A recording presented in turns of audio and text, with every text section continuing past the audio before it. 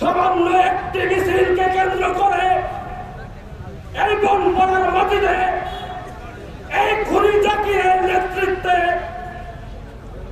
এই বনপাড়ার রাজপথ রক্তে রঞ্জিত করেছে। বড়াই গ্রামবাসীর ভাগ্যকে নষ্ট করেছে। এই বড়াই গ্রামবাসীর পক্ষ থেকে, বনপাড়াবাসীর পক্ষ থেকে আমি একটি কথা দপ্তরে আহ্বান করতে চাই। আমি আগামী দিনে 5 অক্টোবরের দিন থেকে আমি আমার জীবনকে উৎসর্গ করে এই হানাদার, এই খুনি, এই জাকিরকে আমি বনপাড়াতে নিষিদ্ধ ঘোষণা করলাম।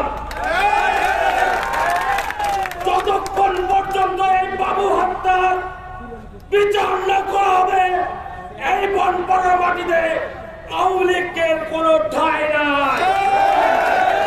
আপনারা আমাদের সাথে আছেন কিনা বলেন? আপনারা কি আমাদের সাথে আছেন? আপনাদের হাতকে শক্তিশালী করে নিয়ে আমি এই স্বৈরাচারী শেখ হাসিনার দমন পীড়ন এই জাকিরকে মোকাবেলা করব। সেটা দেব না। হুঙ্কার দিয়ে বলে দিতে চাই, আর বনপাড়ার মাটি তোমার জন্য হারাম।